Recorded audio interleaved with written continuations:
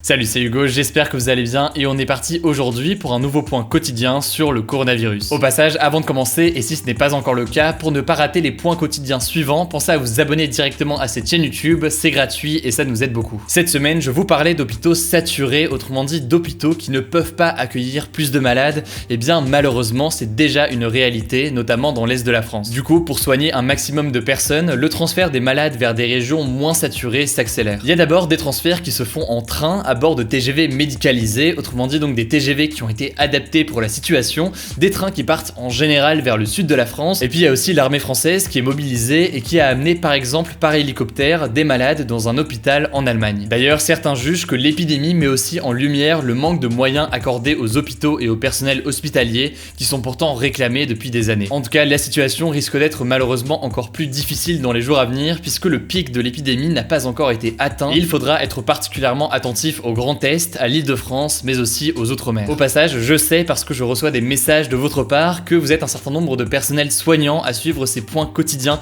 que l'on fait sur le coronavirus et donc j'en profite pour vous souhaiter bon courage et vous remercier pour votre engagement vital en temps normal et particulièrement visible aujourd'hui. L'autre actualité aujourd'hui, rapidement, c'est une nouvelle étude du professeur français Didier Raoult concernant l'hydroxychloroquine, selon lui un potentiel traitement pour soigner les personnes contaminées. Pour les détails, dans cette étude, Didier Raoult combine l'hydroxychloroquine à l'azithromycine, un antibiotique pulmonaire. Sur les 80 cas testés, 78 patients ont guéri, sachant qu'une majorité de ces cas avaient une forme bénigne du Covid-19, autrement dit une forme non mortelle. L'étude est jugée beaucoup plus rigoureuse que la première, même si des éléments continuent à faire grincer certaines dents de chercheurs et médecins, notamment l'absence de ce que l'on appelle un groupe témoin. Dans tous les cas, des essais vont continuer à être menés pour l'hydroxychloroquine comme pour d'autres potentiels traitements. Du coup, je vous tiens au courant et en description, comme d'habitude, vous trouverez des liens pour en savoir plus. En France, l'actualité aujourd'hui, c'est aussi la mort suite au Covid-19 de Patrick Devedjian. Patrick Devedjian est un ancien ministre, il était aussi président du conseil départemental des Hauts-de-Seine et Emmanuel Macron lui a rendu hommage en saluant, je cite, un esprit libre. Comme chaque jour, on fait un point à l'étranger et pour commencer, je voulais revenir sur la situation en Chine. La propagation du virus semble avoir ralenti, mais il reste encore beaucoup de questions. En effet, comment expliquer que le pays compte moins de 4000 morts alors que l'Italie en compte 10 000 ou même la France qui en compte plus de 2000, le tout en Europe sans avoir atteint le pic de l'épidémie. Alors oui, on peut supposer que c'est dû à des mesures de confinement très strictes appliquées en Chine, mais selon certains spécialistes, eh bien ces raisons ne suffisent pas. Concrètement donc, la Chine est accusée de minimiser le nombre de morts sur son territoire. Cette photo circule beaucoup, on voit une foule immense attendre pour récupérer les cendres de proches décédés du Covid-19, une photo qui a été censurée sur les réseaux chinois. Des décomptes indépendants par plusieurs médias évoquent des arrivées d'urnes funéraires où sont déposées les cendres qui laissent penser à beaucoup plus de 4000 décès. Au-delà de ça, plusieurs journalistes et lanceurs d'alerte qui travaillaient sur le coronavirus en Chine ont été portés disparus alors qu'ils tentaient de couvrir de façon transparente la situation à Wuhan. Bref, les chiffres actuels font douter et au-delà de ça, on craint une seconde vague d'épidémie. Selon plusieurs chercheurs, je vous mets des liens en description, et bien le virus ne s'est pas assez propagé sur le territoire. La conséquence, c'est qu'il y a encore beaucoup de personnes qui n'ont pas encore été contaminées et qui pourraient l'être dans les jours à venir, et la fin du confinement dans le pays pourrait entraîner une nouvelle vague de contamination. En plus, des témoignages rapportent que des contaminés ont été refusés dans des hôpitaux à Wuhan ces derniers jours,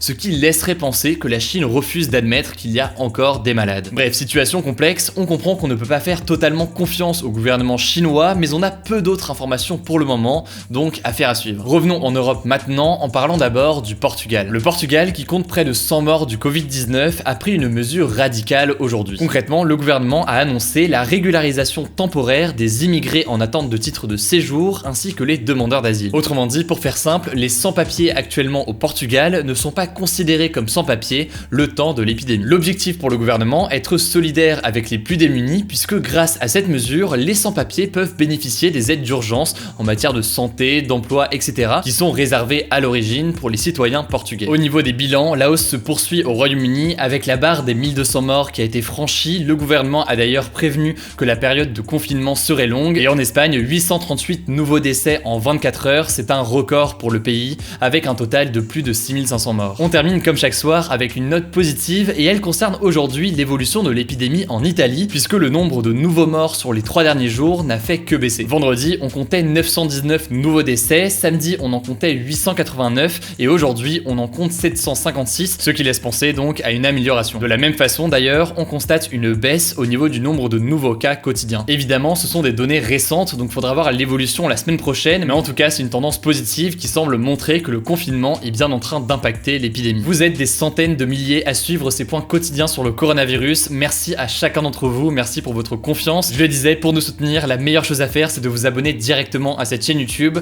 Surtout, prenez soin de vous et on se dit à demain.